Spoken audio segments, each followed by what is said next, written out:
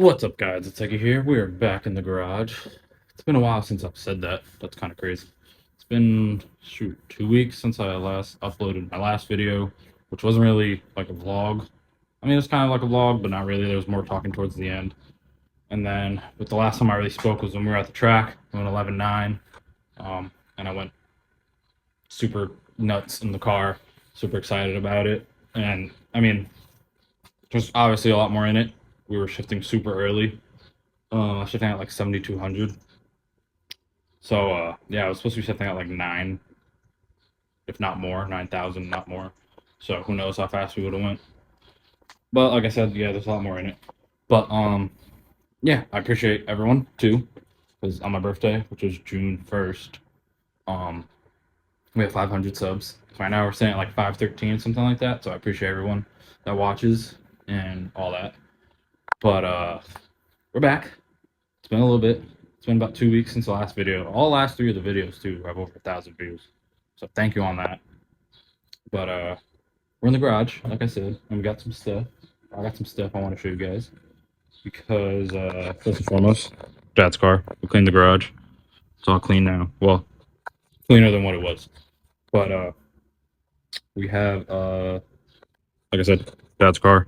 He's doing a 5-lug conversion on it, so he has another set of spindles that are out getting converted to 5, and then he took the axles out of the rear, and those are getting converted to 5-lug. But I also got some stuff for Kuko, because we're having trouble when the car takes off. It still wheel hops a little bit, so on the 1190 pass, if you slow it down, which I'll probably throw it in here, you see the car, you see the wheel just go back and forth, and it's not really supposed to be doing that. It's supposed to be, you know, the tire is supposed to be doing that, but the wheel itself and like everything right there is not supposed to be doing that. So we got some stuff to combat that. Shout out to Kyao for putting me on to these, because if you guys know, the only reason I have the front end set up like that with those arms, the radius arms, is because our crank pulley would have hit if I didn't use those. So I hit up this guy Charlie, who does a lot of, I think, like time attack stuff, and he sent me these. So this side is obviously for the passenger side, where we're having the problem with the crank pulley. So it's gonna sit like that, and the reason it's bent like that is so it avoids the crank pulley. And then on the driver's side, it's just a flat piece, but these things are sick. These things look dope, but not that you're ever really gonna see them because they're underneath the car. But yeah. So he said the heim joints that we have should fit in here, and those are still pretty in decent shape. So I'm gonna try to see if I could get those out. Bugs are killing right now. My legs are being bit up. But yeah. So these are the arms, new radius arms, made out of billet. They actually weren't that bad in price. I think they were about like, I'm being honest, they're like $300 plus shipping. So it was like $330, I think. So it wasn't that bad. He gave me new hardware to mount to the control arms. But like I said, we have to use our radius arms that we have here. The ones that I have up there, those are frozen, so I'm not going to use those. So speaking of control arms, we have a package here. Shout out to my girlfriend for getting me these for my birthday. She went half with me. Because these were more expensive than the radius arms. But Kingpin machine. So basically what they do is they take, and the reason they're so expensive because this is a factory DA arm. Like, this is OEM stock. I mean, it's got some damage on it, so I got these for a discount. So he hooked it up. But yeah, they're spherical front control arms from Kingpin Machine. Super awesome dude, super awesome on the customer service. Like, he at one point was having a problem getting some sort of material that he needed. I don't know if it was the bushing or something that he thought he had, but he ended up not having it. But you know, he hit me up as soon as like he found out. He hit me up and was like, hey, it's gonna be a couple more days, and I was like, that's fine, we're not really going anywhere right now. But as soon as he got it, he shipped it out ASAP. And then but yeah, these are sick. These are sick. I have spherical on the rear, so this should hopefully help with that whole wheel hop. And the reason we think it's wheel hopping is, one, because we have heim joints on both ends of the radius bar, so it's giving it a little too much freedom in the front. And also, since we have a rubber bushing in the front, it is letting it flex too much. So that's another reason it's wheel hopping. You know, I just had to build a VA. I couldn't build something simple. I just had to be real difficult and spend a lot of money. And then, but you know, like I said, it was my birthday, so my dad hooked it up with new ball joints. So we're gonna have fresh new ball joints, new control arms, new radius arms. Car's gonna come out sick. I got the car uncovered right now because I also got something from Australia, which is already in the car. So if you guys remember, I put this in the car. I was holding the fuel tech and the nano. Yeah, no longer. Nothing personal. I mean, I still run a lot of his stuff on my car. That is Dela Cruz, crank trigger, crank sensor. But oh, the sticker's over here. I left it over here, so I'd have to walk over there. But anyways, dang, I lost the sticker. What did I just drop? Ah, man. Making all that mess for nothing. Found the sticker. Mako, they make, basically, it sits in the original spot where the cluster would sit. And it makes it look all nice and, you know, shaved, and it looks good. I'll show you guys in a second. I also got new hood latches because they broke my hood latches at the track, trying to shut the hood after I told them to stop. So I got bigger ones, and these are way stronger and higher quality hood latches. But let me show you the Mako thing. This is what I'm talking about. So this is where originally the Dela Cruz mount was mounted to. And so now this piece right here is the Mako thing. So it kind of recesses the fuel tech in it, and it's nice and flush, and it mounts to the factory spot. So now I have the nano down there, and it's not going to start because I have no gas, but I figured I'd show you guys.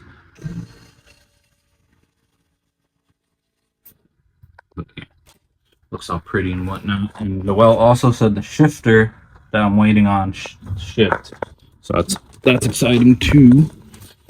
Also put new stainless steel on the Lexan because it was rusting. The other ones that I had were all rusty. So yeah, junked that. So now I got all those changed. I got like a couple. I still had to switch out because I couldn't find a screw for one because one of the riv nuts came off and whatnot.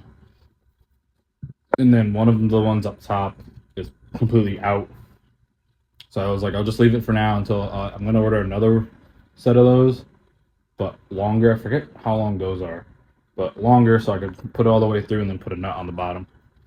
But anyways, I think right now my plan of attack is to hurry up, jack the front of the car up, put jack stands underneath it, take the wheels off, and possibly take the radius arms out. But we'll see because these bugs are tearing me up. Legitimate. Also, Xavi took the whole motor swap out of the street car.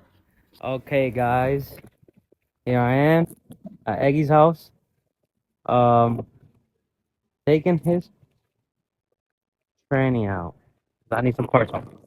They're fighting. We just took your whole swap out. Because he was looking for hopefully that a gear in the transmission, but ended up being wrong, or ended up being the same one he had, not the ones that he wants. So he ended up taking the whole swap out. I mean, it was half hanging out anyways because I took some stuff for this engine, even though it's a B series and this is a K, but the motor mount wise. So it was already half hanging out, so he took it out. So now it's a clean slate. I just got to put everything back together so we could start maybe messing around with it because I do have another motor for it. The transmission didn't look that bad. It was kind of rusty, so it's probably gonna need new bearings and stuff. But besides that, it didn't look that bad. But I do have this motor sitting here. It's kind of a mixture. I found the block. Well, someone left the block at work. They were gonna junk it. I took it. It's pretty much a good candidate to get sleeved. And then the head was also given to me for that motor because I knew it was junk. And yeah, so I just gotta start tearing that down. So my plan is to take. I gotta put my freaking slicks in the car, so I could probably put the head here and just start ripping it apart, and maybe have my engine stand right there. I put the block on and start taking that apart. I don't want to do anything super crazy with the street car. I just want to have a nice streetable car. You know, nice little drive around car. And I think my plan of attack too. As much as I love those taillights, we have JDM lights, and those are USDM taillights. And I would love to use these JDM taillights that I have. I mean, they're slightly a little messed up, but I think if we clean them up, even though they're cracked on the edge right here, I would like to possibly take like a piece of carbon and imitate this right here, so then I could use them, and it would look cool because it has carbon on it, and you know it'll stick out a little bit. You know what I mean? So I want to try and use those because they're still like sucks because they're just broken on the edges.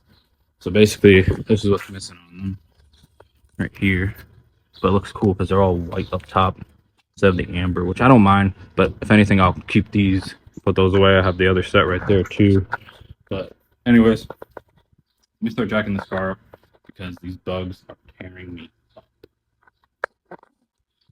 Real quick, almost forgot. I also got new fuel line, 6AN fuel line fittings, because at the track we did break the fuel line, the return line on the end of the fuel rail.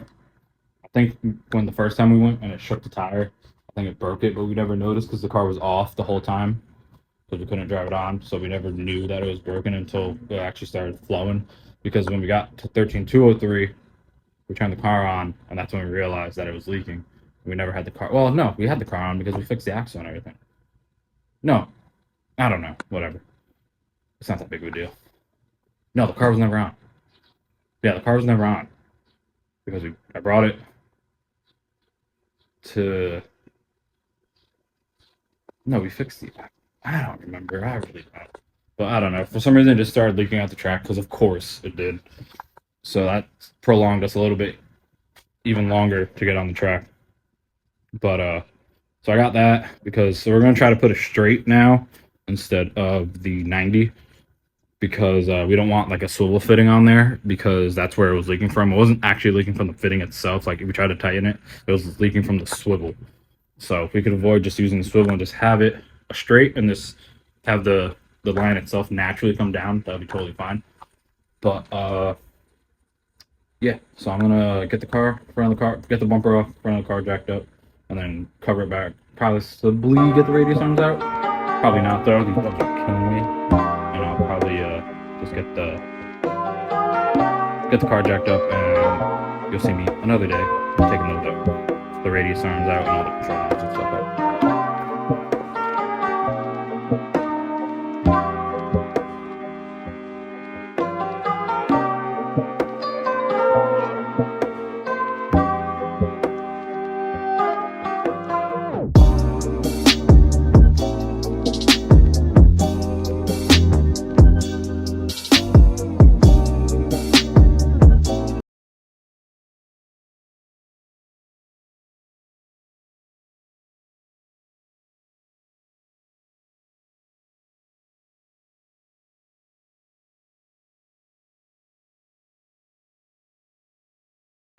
So, got one of the arms hanging, and I took one of the heim joints out. I know it looks rusty, but it is moving. Still good. But they do fit, so that is a good thing. So, luckily I don't have to get heim joints, but I'm running out of daylight. I know it looks kind of sunny out, but it's not. And these bugs, like I said, are killing me. So I think I'm going to end it here for now, for tonight, and then I'll see you guys tomorrow. So I can finish doing that, take the control arms out and all that stuff. Probably do like a, taking it all out, and then another video, putting it all back together. So anyways, I will see you guys in a second. Forgot to show you guys too. There's no wheels that good for the car. Skinnies, and then a little wider in the back. I think they're 8-inch. So yeah, this thing's coming together. Yeah, I'm happy for him. He has a streetable car that he can do, stuff like this too. That car was just starting to be a headache. I mean, this one, it runs already, and he could just do whatever he wants to do. But anyways, got the car covered back up, and I will see you guys in a transition, and I will be back on that thing tomorrow. Alright guys, it is 2 days later, because I started Thursday working on the car, and Friday it rained after work, And yesterday I was at work, and then I left to take transmission out with Xavi and Javier from Javier's van that he's trying to put back together from the Ford Econoline van. So we did that yesterday, and I got home at 1 a.m. So now it's Sunday, Father's Day. Happy Father's Day to all the dads out there.